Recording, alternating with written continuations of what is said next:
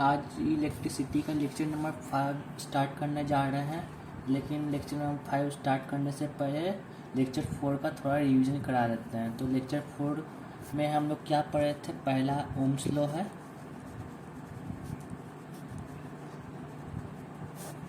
Ohm's law क्या कहता है? जो पोटेंशियल डिफरेंस होगा किसी इलेक्ट्रिक सर्किट में वो डायरेक्टली प्रोपोर्शनल होगा जो करंट फ्लो कर रहा है। कंडीशन दिया हुआ रहेगा कि टेम्परेचर उसका कांस्टेंट रहना चाहिए। ठीक है, तो क्या बोलते हैं, क्या ओम्स लॉ क्या बोलता है? जो पोटेंशियल डिफरेंस होगा वो करंट के डायरेक्टली प्रोपोर्शनल होगा प्रोवाइडेड टेम्परेचर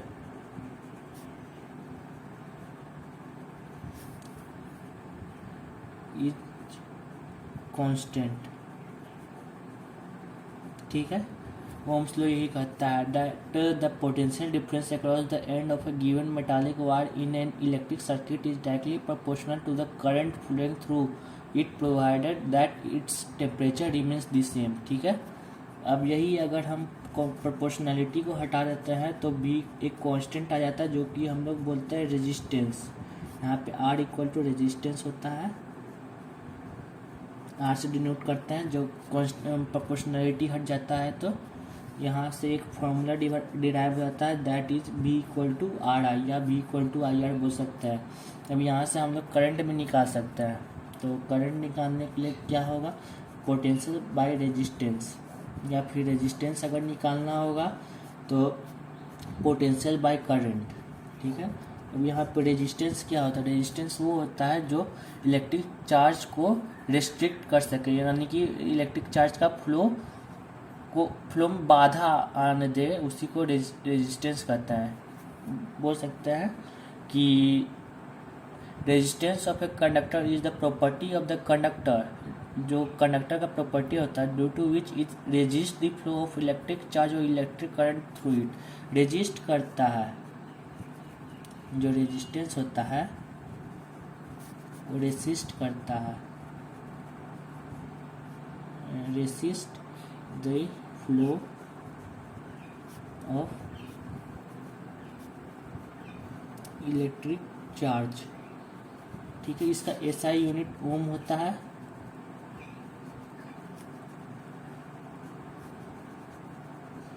और रेजिस्टेंस निकालना है तो यहाँ पे देख सकते हैं R equal to V/I potential by current. अब 1 ओम का डेफिनेशन क्या होता है? 1 ओम का डेफिनेशन बोलेंगे कि when a potential difference of 1 volt apply across two ends of a conductor when a current of 1 ampere flow through it। यानी कि जो किसी सर्किट में, जैसे किसी सर्किट में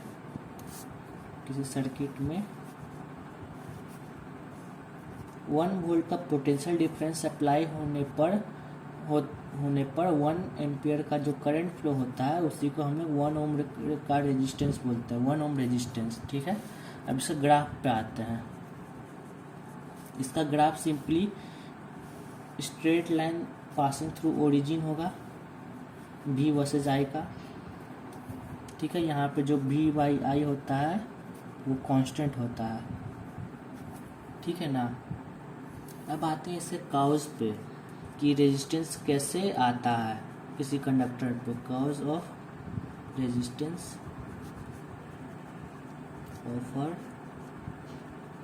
बाय कंडक्टर। देखो बताता है, एक जैसे सर्किट बना दिए, सर्किट बनाए। हम लोग जानते हैं करंट कैसे फ्लो करता है। इलेक्ट्रॉन के अब फ्लो होने से अब इलेक्ट्रॉन के अपोजिट डायरेक्शन में करंट फ्लो करता है ना। इलेक्ट्रॉन फ्लो करता है तो इसके अपोजिट डायरेक्शन में करंट फ्लो करता है। ठीक है, तो जो इलेक्ट्रॉन जब फ्लो करता है लोअर पोटेंशियल से हायर पोटेंशियल की तरफ, मतलब कि जब इलेक्ट्रॉन ड्रिफ्ट करता है लोअर पोटेंशियल से हायर पोटेंशियल की तरफ, तो वो कोलाइड करता है एटम्स या आयन जो कंडक्टर के अंदर रहता है, जिसके कारण वो अब उसके जो पाथ है वो रिस्ट्रिक्ट करता है जाने से पॉजिटिव टर्मिनल पे आते आते इसका जो पाथ होता है वो बहुत ही मतलब कि रेस्ट्रिक्ट होने लगता है, मतलब कि इसका जो पाथ है उसमें बहुत सारी बाधाएं आ जाती है, बहुत सारी दिक्कतें आ जाती है। उसी जो अपोजिशन होता है उसी को हम लोग रेजिस्टेंस कहते हैं, ठीक है। जिसमें इसका एक बेस्ट एग्जांपल है नाइक्रोम वायर का। नाइक्रोम वायर जो कि इसमें वो मिक्सचर रहता है कि इसका निकल का रहता है, क्रोमियम का रहता है, मैंगनीज का रहता है और आयरन मेटल का रहता है, ठीक है। और इसका जो यूज होता है वो heating element of electric irons geyser में यूज होता है, हीटिंग एलिमेंट्स में यूज होता है, ठीक है। अब आते हैं इसके लिमिटेशंस पे। ओम्स लॉ का हम लास्ट लेक्चर बताए थे कि ये यूनिवर्सल लॉ नहीं है, ये सिर्फ 2 रीजन के कारण ही ये लॉ लिमिट में रहता है। तो पहला रीजन क्या था कि ये सिर्फ प्योर मेटल और एलॉय में ही ओम्स लॉ वैलिड होगा, उसी को हम ओमिक कंडक्टर और ओमिक रेजिस्टर बोलते हैं। तो it obeys only pure wire, pure metal and alloy, इसी को हम लोग ओमिक कंडक्टर्स और ओमिक रेजिस्टर बोलते हैं, ठीक है। पहला रीजन यही होगा कि ये सिर्फ प्योर मेटल और एलॉय में ही ये वैलिड है ओम्स लॉ। और दूसरा रीजन क्या था कि ये लॉ तभी एप्लीकेबल है जब उसका फिजिकल कंडीशन जैसे कि टेम्परेचर हो गया, स्ट्रेस हो गया, स्ट्रेन हो गया, वो सब कांस्टेंट रहे। तो this law is applicable when temperature and other physical condition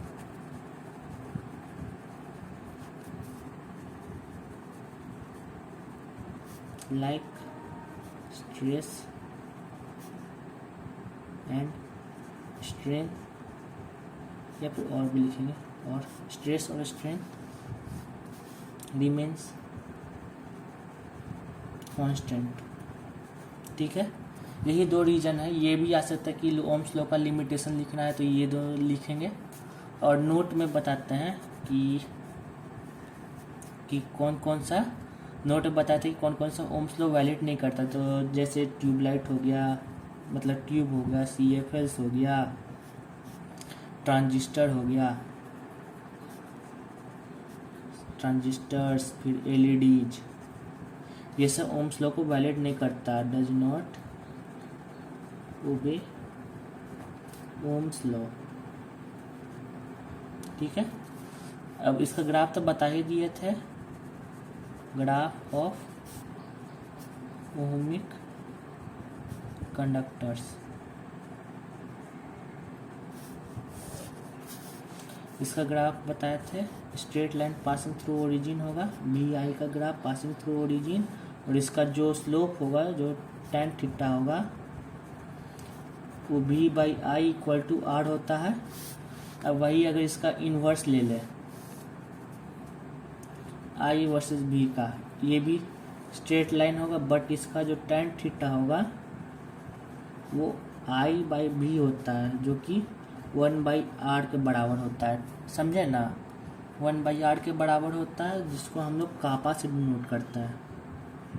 कापा यानी कंडक्टेंस होता है, और कंडक्टेंस होता है, ठीक है। अब कंडक्टेंस होता क्या है,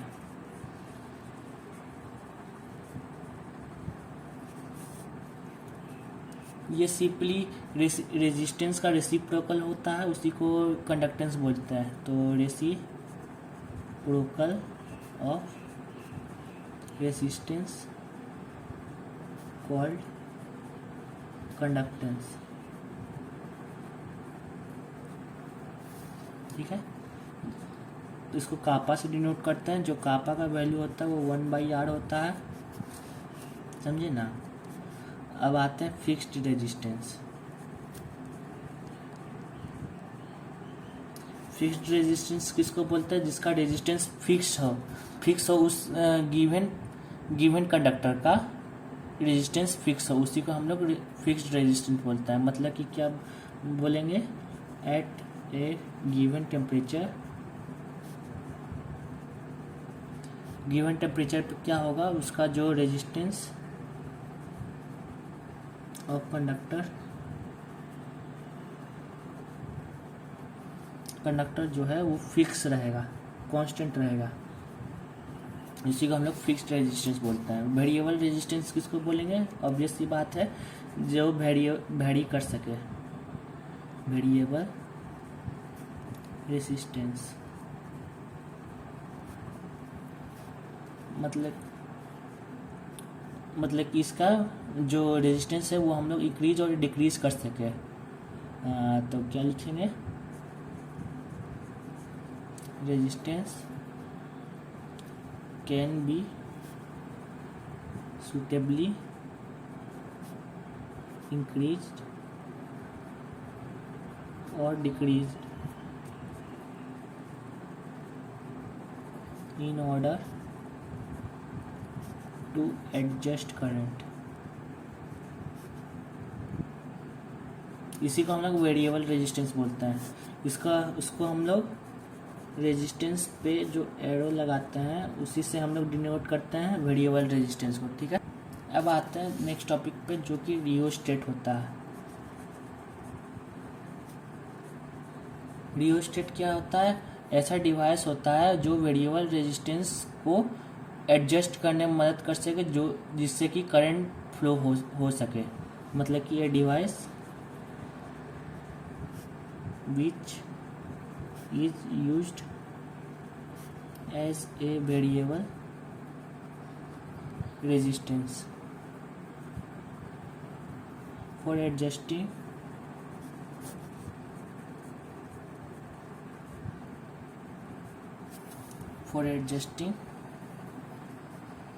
the current।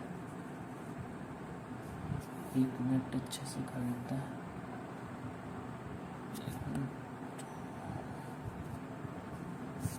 adjusting the current flow through it। इसी को हम लोग रियोस्टेट करते हैं। इसको हम लोग इस तरह से डिनोट करते हैं। ठीक है, तो फिर नोट में एक बताए थे V=IR होता है। एक नोट में बताए थे V=IR होता है, जिस यहाँ पे R का वैल्यू V/I होता है। जो रेजिस्टेंस होता है वो इन्वर्सली प्रोपोर्शनल होता है, करंट के इन्वर्सली प्रोपोर्शनल होता है। ठीक है, यानी कि रेजिस्टेंस अगर इंक्रीज करेगा तो करंट जो है वो डिक्रीज करना शुरू कर देगा। ठीक है, अब आते हैं कंडक्टर्स पे। कंडक्टर्स 3 टाइप का होता है। पहला है गुड कंडक्टर। गुड कंडक्टर क्या होता है? जिसका लो रेजिस्टेंस होता है और इजीली फ्लो मतलब कि करंट का फ्लो इजी हो सके, उसी को हम लोग गुड कंडक्टर बोलते हैं। ठीक है, रेजिस्टेंस लो होता है जिससे कि करंट का फ्लो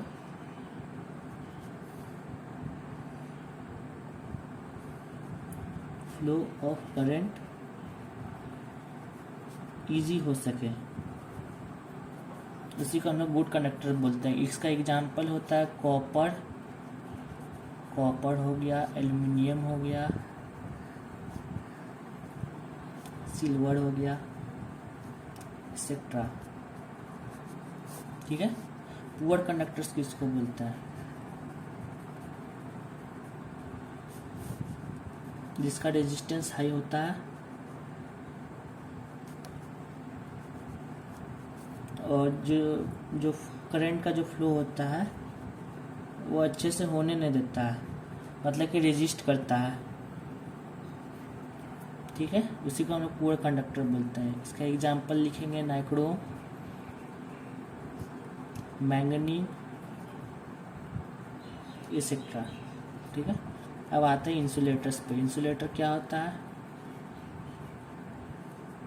जिसका रेजिस्टेंस बहुत हाई होता है, बहुत ज़्यादा, रेजिस्टेंस वेरी हाई, जिससे कि जो करंट का फ्लो होता है वो नहीं हो, मतलब कि करंट का फ्लो नहीं होता है, नो फ्लो ऑफ करंट,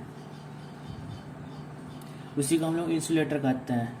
इसका एग्जांपल हो गया रबर, प्लास्टिक एक्सेट्रा। ठीक है, समझ में आया ना? लास्ट टॉपिक का रिवीजन बता रहे, लास्ट लेक्चर का रिवीजन करा दिया। अब आते हैं नया टॉपिक पे।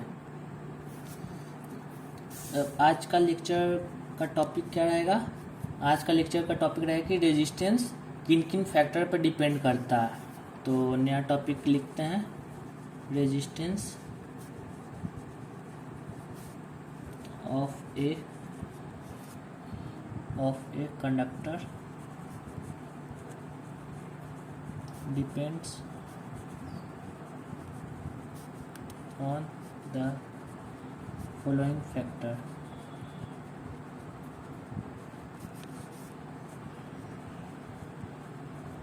ठीक है, जो रेजिस्टेंस होता है वो कुछ फैक्टर पर डिपेंड करता है। अब बताते हैं क्या।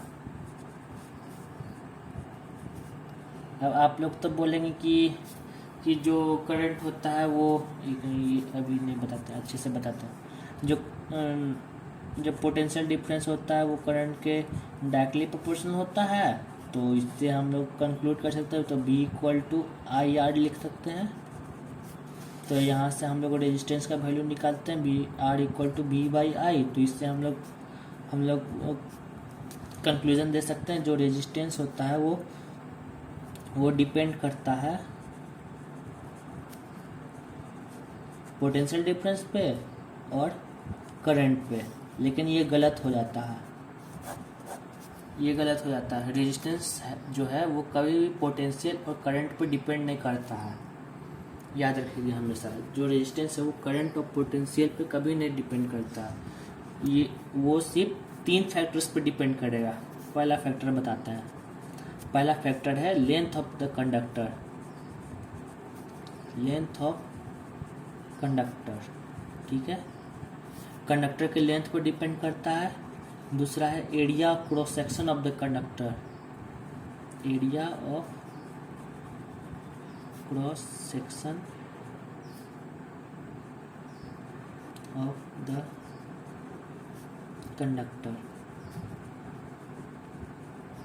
ठीक है, और तीसरा जो है नेचर ऑफ द कंडक्टर होता है, यानी कि उस कंडक्टर के मटेरियल पे वो डिपेंड करता है, the nature of the material conductor. और फोर्थ है वो उतना डिपेंड नहीं करता है, temperature, the temperature of the conductor. ठीक है, तो जो रेजिस्टेंस होता है वो लेंथ पे डिपेंड करता है, एरिया पे डिपेंड करता है, नेचर पे डिपेंड करता है और टेम्परेचर पे डिपेंड करता है। अब कैसे डिपेंड करता बताता है। जो रेजिस्टेंस होता है वो डायरेक्टली प्रोपोर्शनल होता है लेंथ के।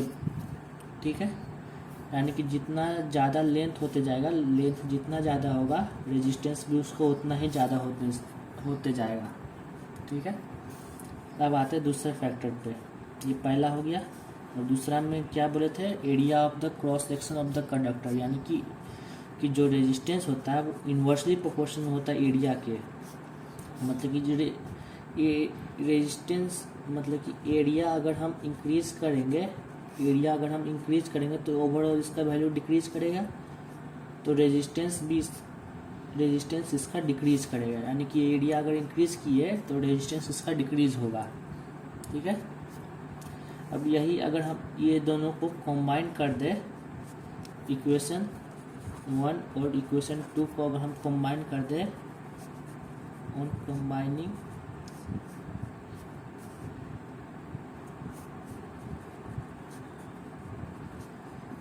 कंबाइनिंग इक्वेशन 1 and 2,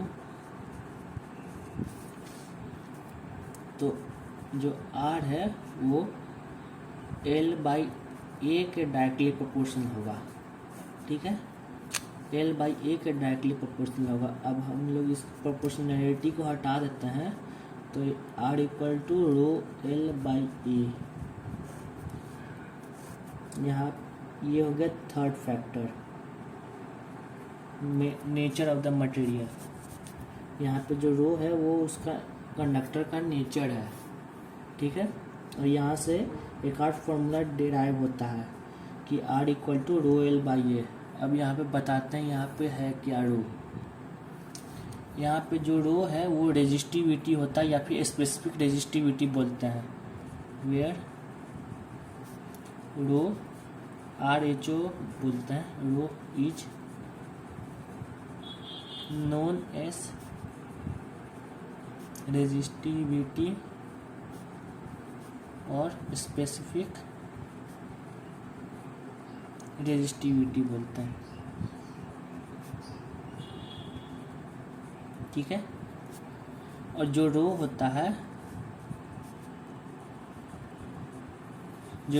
वो मटेरियल के कैरेक्टरिस्टिक को डिफाइन करता है, ठीक है। जो रो इज द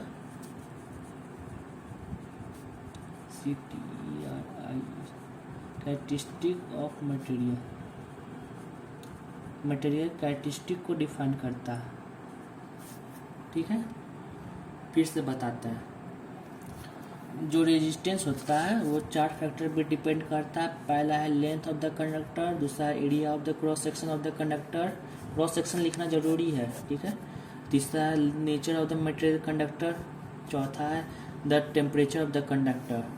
अब यहाँ से हम लोग कंक्लूड करते हैं, जो रेजिस्टेंस होता है वो लेंथ के डायरेक्टली प्रोपोर्शनल होता है और एरिया के जो है वो इन्वर्सली प्रोपोर्शनल होता है। तो यहाँ पे जो R होता है वो L/A के इन्वर्सली L/A के डायरेक्टली प्रोपोर्शनल होता है, जिससे कि अगर हम लोग डायरेक्टली मतलब कि यहाँ प्रोपोर्शनैलिटी का साइन अगर हम हटा देते हैं तो यहाँ पे R जो होता है वो रो L/A के बराबर हो जाता है। यहाँ पे जो रो है वो रेजिस्टिविटी बोलते हैं और या फिर स्पेसिफिक रेजिस्टिविटी बोलते हैं, जो कि मटेरियल के कैरेक्टरिस्टिक को डिफाइन करता है। याद रखिएगा, जो रेजिस्टेंस है वो V/I पे कभी नहीं डिपेंड करता है, समझे ना। तो समझिए, जो रो होता है वो रेजिस्टिविटी या स्पेसिफिक रेजिस्टिविटी बोलते हैं उसको। अब आते हैं रो पे। रो होता क्या, यानी कि रेजिस्टिविटी होता क्या है।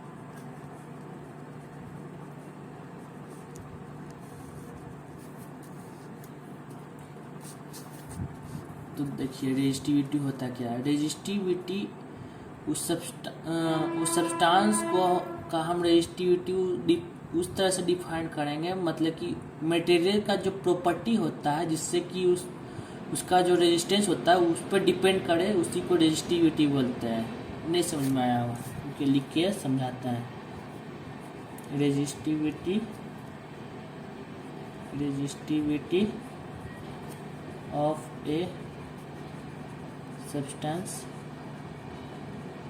is the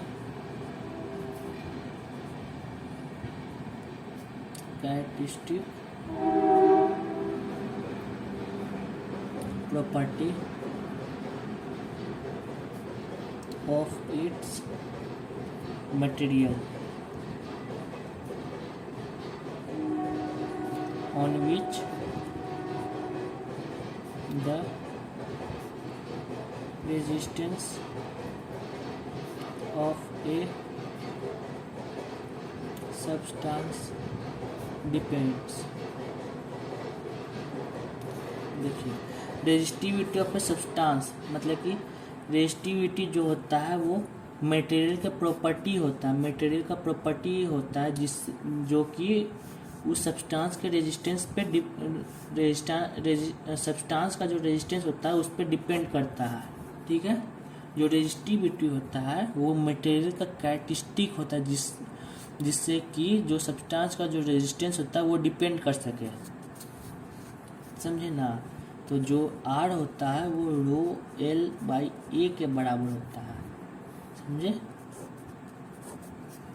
और तो यहाँ से अगर हम रो निकालते हैं तो यहाँ से अगर रो निकालेंगे तो आर ए बाई एल के बराबर होगा, ठीक है। यहाँ पे जो ए है वो एरिया ऑफ क्रॉस सेक्शन होता है ऑफ वायर, या फिर लेंथ एल होता है लेंथ ऑफ वायर, ठीक है। रेजिस्टिविटी समझ में है ना क्या होता है। देखिए जो रेजिस्टिविटी होता है वो मटेरियल का प्रॉपर्टी डिफाइन करता है। मटेरियल का प्रॉपर्टी मतलब कि वो मटेरियल किस चीज़ से बना है जो उसका रेजिस्टेंस डिपेंड कर सके, जिस पे कि वो उसका जो रेजिस्टेंस होता है ना वो डिपेंड करता है, ठीक है। या फिर हम बोल सकते हैं इसको दूसरे तरीके से डिफाइन करेंगे तो resistivity of a material is equal to the resistance offer by a unit cube of that material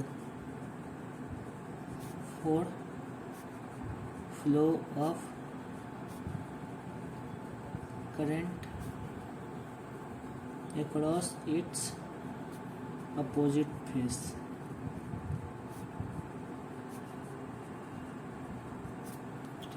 तो resistivity of material is equal to the resistance offered by 1 unit cube of that material for flow of current across its opposite face. मतलब कि वही हो गया कि जो material का जो रेजिस्टिविटी होता है वो 1 क्यूब, मतलब कि इसका ये यहाँ पे जो यूनिट क्यूब है ना, यहाँ पे वन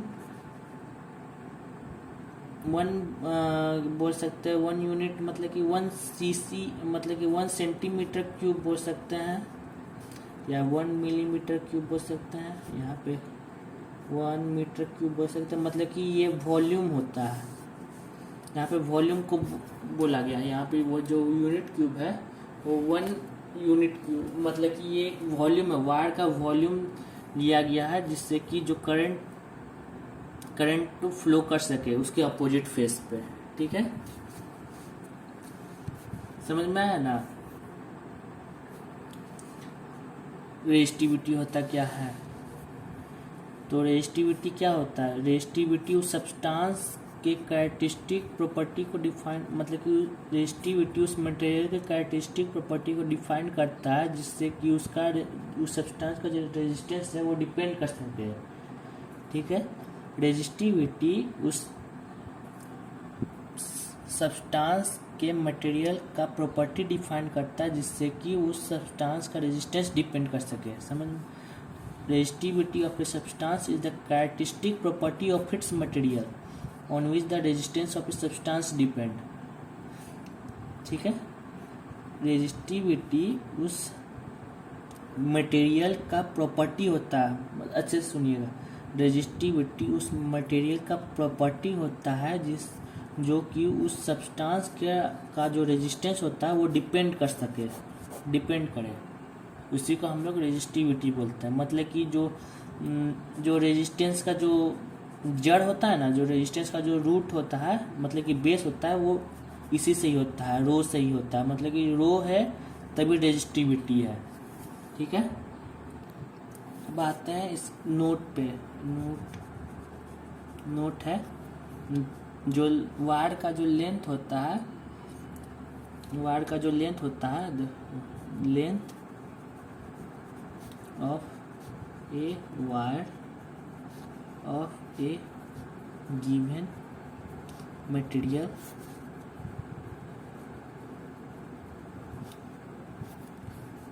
वायर का लेंथ होगा तो then the resistance is inversely proportional to square of its radius और डायमीटर। किसी मटेरियल का अगर लेंथ दिया रहेगा तो उसका जो रेजिस्टेंस होगा वो रेडियस के स्क्वायर के बराबर होगा या फिर डायमीटर के बराबर होगा। जानते हो वायर जो होता है उस सिलेंड्रिकल शेप का होता है ना, तो इससे वायर बनाते हैं। वायर बनाया, इसका लेंथ L है, तो क्या बोल रहा है, इसका जो रेजिस्टेंस होगा ना इन्वर्सली प्रोपोर्शनल होगा इस सिलेंडर के रेडियस के स्क्वायर के मुकाबले। तो जो R होगा वो इन्वर्सली प्रोपोर्शनल होगा square of the radius, square of the radius होगा इसका जो रेजिस्टेंस होगा। ठीक है, अब इसको प्रूफ करते हैं कैसे होगा। अब हम लोग प्रूफ करने जा रहे हैं कि जो रेजिस्टेंस होता है वो 1/r² होता है। यहाँ से एक बढ़िया क्वेश्चन भी आएगा, बोर्ड्स में क्वेश्चन आता है। तो देखिए पहले एक वायर बना लेते हैं, प्रूफ बता रहे हैं।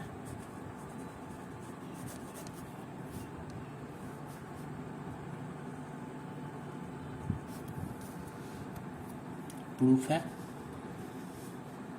इसका जो वायर का जो लेंथ है वो L हो गया, इसका जो रेडियस है वो R हो गया। ठीक है, तो क्या लिखेंगे, let the length of the wire equal to L हो गया, और रेडियस इक्वल टू R हो गया। तो इसका एरिया क्या होगा, ये सर्कल है, इसका एरिया होगा πr²। एरिया क्या होगा, πr² होगा ना। ठीक है, हम लोग रेजिस्टेंस का फॉर्मूला बैठाएंगे, R इक्वल टू ρL/A होता है ना। तो यहाँ से हम लोग R equal to ρL by area का वैल्यू पुट करेंगे πr²। तो R इक्वल टू ρL/πr² हुआ ना। तो यहाँ से हम लोग क्या कंक्लूड कर सकते हैं, जो रेजिस्टेंस होता है वो 1/r² के इन्वर्सली प्रोपोर्शनल होगा। ठीक है, समझ में आया ना कैसे हो प्रूफ किया है। एक वायर लिए जिसका लेंथ L है और उसका रेडियस R है, और इसका जो एरिया ऑफ क्रॉस सेक्शन होगा वो πr² होगा। फिर हम लोग रेजिस्टेंस का फॉर्मूला बैठाए जो R इक्वल टू ρL/A होता है, वैल्यू पुट किए, R इक्वल टू ρL/πr² हुआ। यहाँ से हम लोग कंक्लूड कर सकते हैं जो रेजिस्टेंस होता है वो 1/r² के इन्वर्सली प्रोपोर्शनल होता है। और यहाँ पे एक एग्जांपल बता देते हैं। सपोज करिए जो रेजिस्टेंस है, वायर का जो रेजिस्टेंस है उसका क्रॉस सेक्शन एरिया हम लोग 2r कर दिए।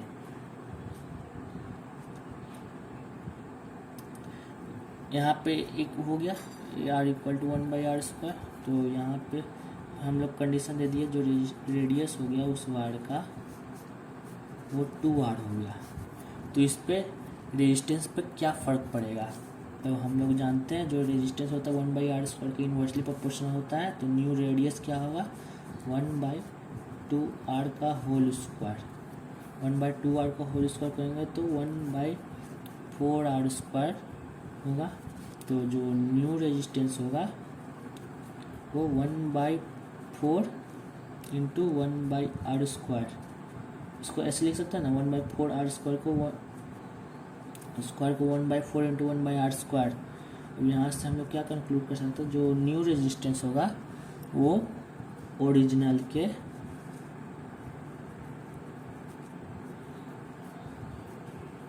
R/4 टाइम्स होगा। जो न्यू रेजिस्टेंस होगा वो पुराने वाले रेजिस्टेंस के 4 गुना कम हो जाएगा, 4 टाइम्स कम होगा। यहाँ से बताए ना, रेडियस को अगर हम दुगना करेंगे तो उसका जो रेजिस्टेंस होगा वो 4 गुना कम हो जाएगा, 4 गुना कम। सोच रहे हो, जितना ज़्यादा रेडियस बढ़ाएंगे उसका रेजिस्टेंस उसके स्क्वायर से कम होने लगेगा। एग्जांपल पता है ना, जैसे कि यहाँ पे r equal to 1/r inversely proportional to 1/r² हुआ ना।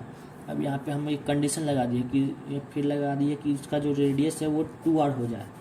अगर उसका जो वायर का जो रेजिस्टेंस है वो 2r हो गया तो न्यू रेजिस्टेंस क्या होगा उसका। तो न्यू रेजिस्टेंस निकालने के लिए हम लोग जानते हैं कि r is inversely proportional to 1/r² होता है ना। तो r² का वैल्यू पुट किए तो न्यू रेजिस्टेंस क्या आया, 1/2r का स्क्वायर आया। तो 1/2r का स्क्वायर को अगर हम ओपन करेंगे तो 1/4r² आएगा। 1/4r² आया तो जो न्यू रेजिस्टेंस होता है वो 1/4 इंटू 1/r², इसको इस तरह से लिख सकते हैं ना। तो यहाँ से हम लोग 1/r² किस पे डिपेंड करता है, r पे डिपेंड करता है। तो यहाँ से हम 1/r² का वैल्यू पुट कर सकते हैं ना। तो जो न्यू रेजिस्टेंस होगा वो पुराने वाले रेजिस्टेंस के 4 गुना कम होगा। r dash is directly proportional to r/4। ठीक है, समझ में आया कैसे किए।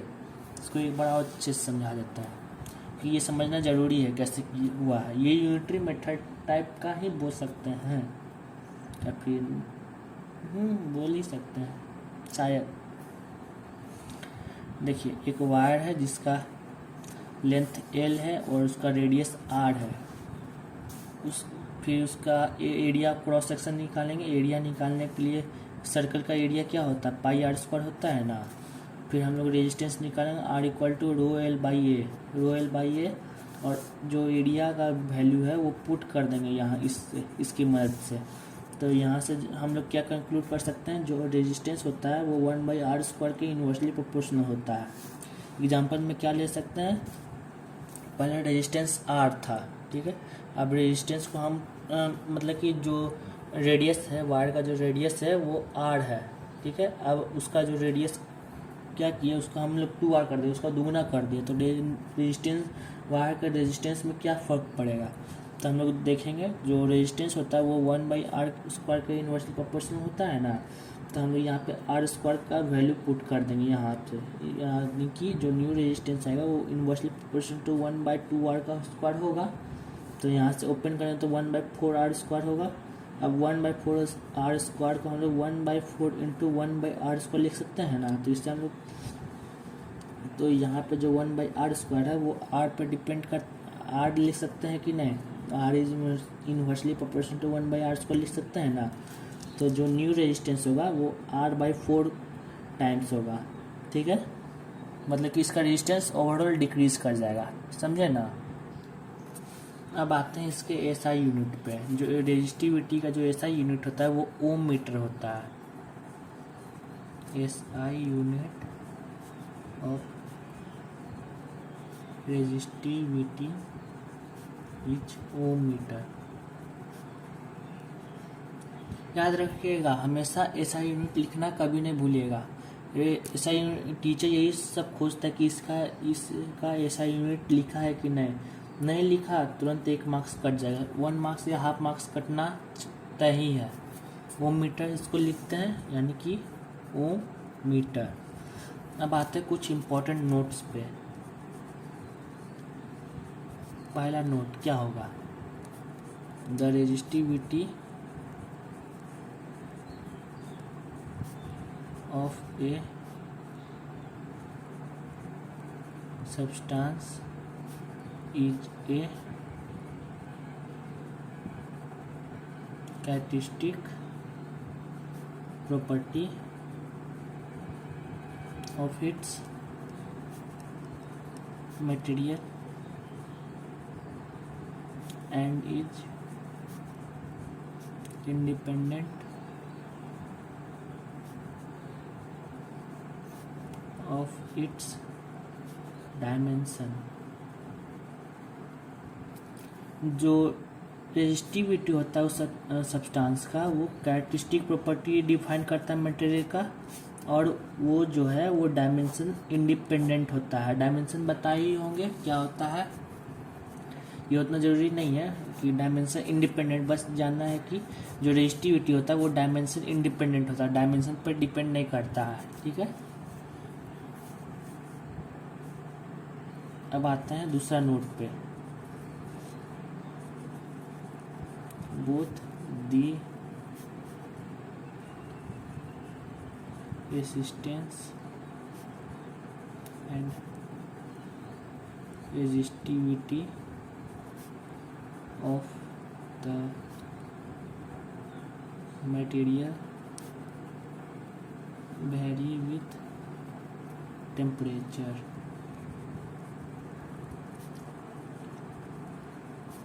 Generally, for metals and alloy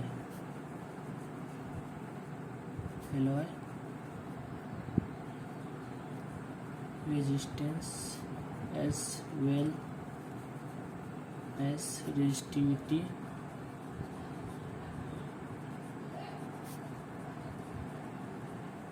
increases with increasing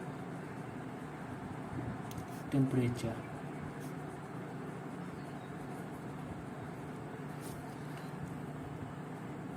बताते दूसरा पॉइंट क्या है। जो रेजिस्टेंस होता है और जो रेजिस्टेंस और रेजिस्टिविटी होता है वो उस मटेरियल का वो टेम्परेचर पर डिपेंड करता है। मतलब कि जो मटेरियल का जो रेजिस्टेंस और रेजिस्टिविटी होता है वो टेम्परेचर डिपेंडेंट होता है। वो तो जानते ही हैं कि जितना से रेजिस्टेंस होता है वो सब टेम्परेचर पर डिपेंड करता है। टेम्परेचर फिक्स रहेगा तभी ओम्स लॉ वैलिड होगा, डिपेंड करता है।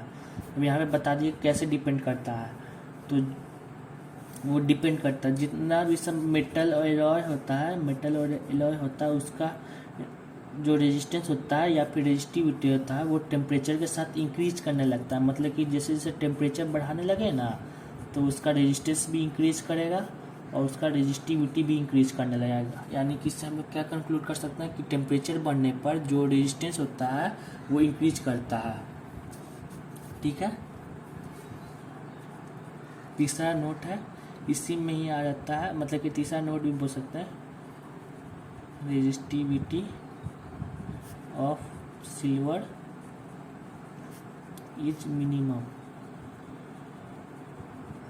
Therefore it is the best conductor.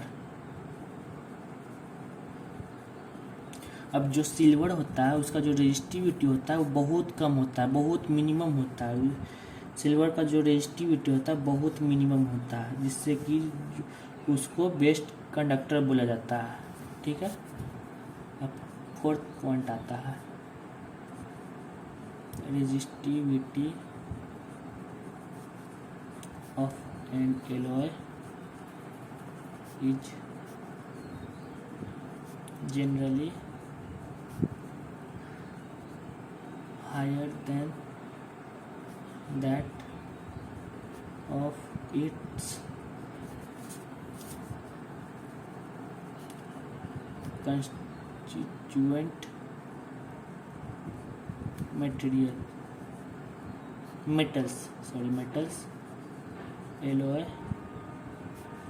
do not oxidize, burn really at a high temperature. So these are commonly used heating device like iron, geyser, heater, toaster. अब जो alloy का जो resistivity होता है वो बहुत ज़्यादा हाई होता है, बहुत ज़्यादा हाई अदर मेटल्स के मुकाबले। मतलब कि जितना भी सब मेटल हो गया, सबका जो रेजिस्टिविटी होता है वो एलॉय के सामने बहुत कम रहता है। और जो एलॉय रहता है वो ऑक्सीडाइज नहीं करता। ऑक्सीडाइज का यहाँ पे मतलब रहता है वो बर्न नहीं करता, गर्म, मतलब कि वो उतना जल्दी नहीं पिघलता जितना कि जो प्योर मेटल है वो पिघल जाता है।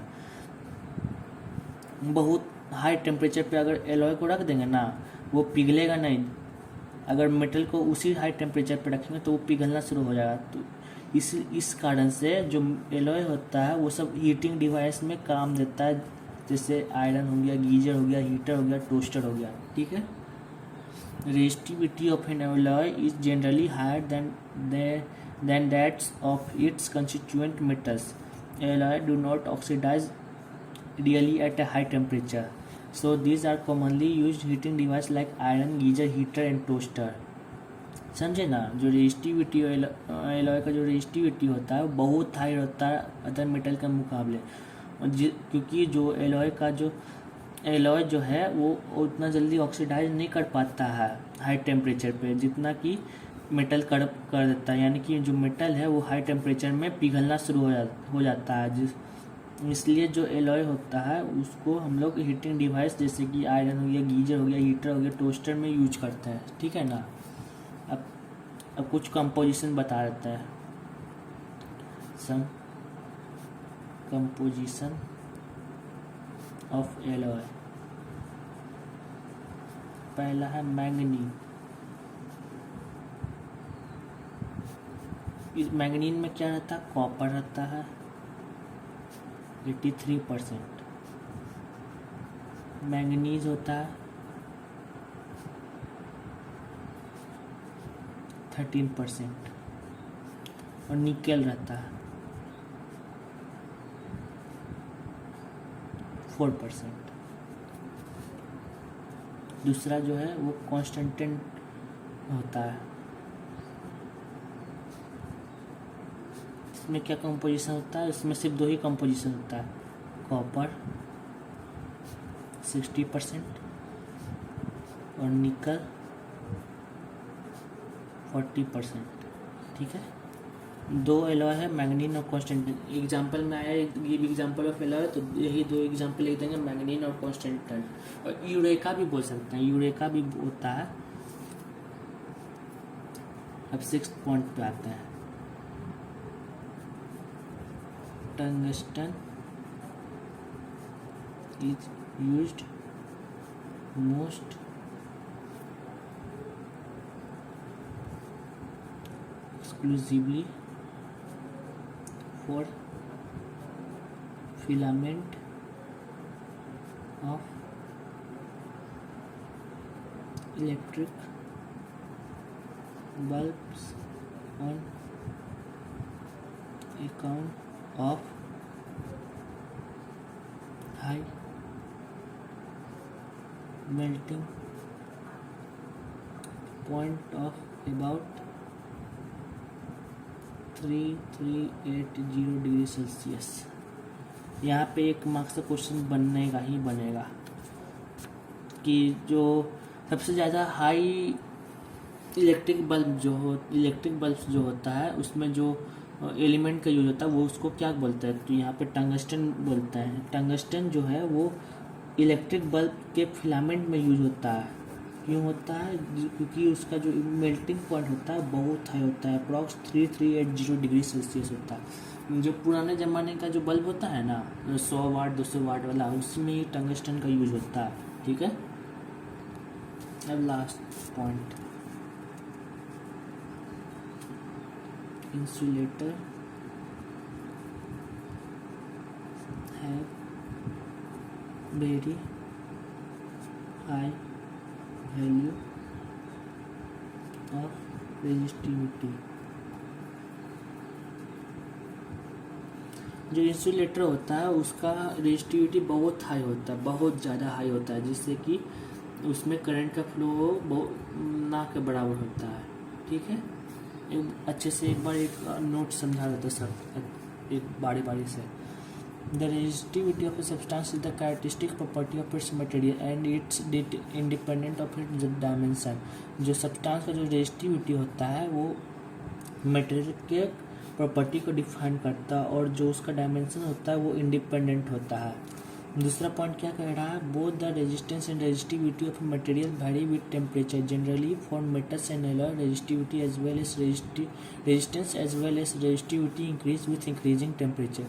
जो मटेरियल का जो रेजिस्टेंस और रेजिस्टिविटी होता है वो टेम्परेचर के साथ वैरी करने लगता है।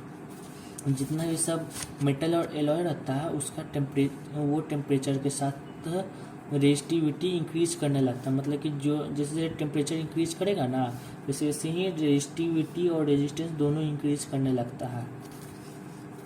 थर्ड पॉइंट क्या कह रहा है, resistivity of silver is minimum therefore it is best conductor. तो उसी में ही अगर सिल्वर होता है जो जिसका जो रेजिस्टिविटी होता है सबसे कम होता है, जो कि उसको बेस्ट कंडक्टर बोला जाता है, उसका रेजिस्टिविटी बहुत कम रहता है। फोर्थ पॉइंट क्या कह रहा है, resistivity of an alloy is generally higher than that of its constituent metals. Alloy do not oxidise really at high temperature, so these are commonly used heating device like iron, geyser, heater and toaster. जो alloy का जो resistivity होता है वो other metals के मुकाबले बहुत high होता है, क्योंकि जो एलॉय होता है वो इतना जल्दी बर्न नहीं होता हाई टेम्परेचर, मतलब कि वो उतना जल्दी मेल्ट नहीं कर पाता अदर मेटल्स के मुकाबले। इसलिए उसको जो है हीटिंग डिवाइस जैसे कि आयरन हो गया, गीजर हो गया, हीटर हो गया, टोस्टर हो गया, उस सब में उसको यूज करता है। अब कुछ एलॉय का कंपोजिशन है जैसे मैग्नीन हो गया जिसमें कॉपर जो है वो 83% रहता है, मैग्नीज 13% रहता है और निकल जो है वो 4% रहता है। कॉन्स्टेंटेन दूसरा है कॉन्स्टेंटेन जिसमें कॉपर जो है 60% होता है, निकल जो है 40% होता है। तीसरा एग्जांपल भी याद रखिएगा जो सी है यूरेका भी एक एलॉय है। सिक्स्थ पॉइंट में है जो tungsten is used most exclusively for filament of electric bulb और in account of high melting points of about 3380 degree Celsius. जो टंगस्टन होता है वो बहुत ज़्यादा यूज होता है किसमें, इलेक्ट्रिक बल्ब्स में, फिलामेंट में यूज होता है इलेक्ट्रिक बल्ब्स में, क्योंकि उसका जो मेल्टिंग पॉइंट होता है बहुत ज़्यादा हाई रहता है 3380 डिग्री सेल्सियस। सोचिए आयरन जो है वो अप्रॉक्स 1300 डिग्री सेल्सियस में मेल्ट हो जाता है। सोचिए ये तो 3380 डिग्री सेल्सियस है। लास्ट पॉइंट क्या है, इंसुलेटर्स है very high value of resistivity. जो इंसुलेटर होता है उसका रेजिस्टिविटी बहुत हाई होता है, बहुत ज़्यादा हाई रहता है। ठीक है, तो आज का टॉपिक यहीं पे ख़त्म करते हैं। आई होप समझ में आया होगा। नोट्स आपको डिस्क्रिप्शन बॉक्स में मिल जाएगा। Thank you.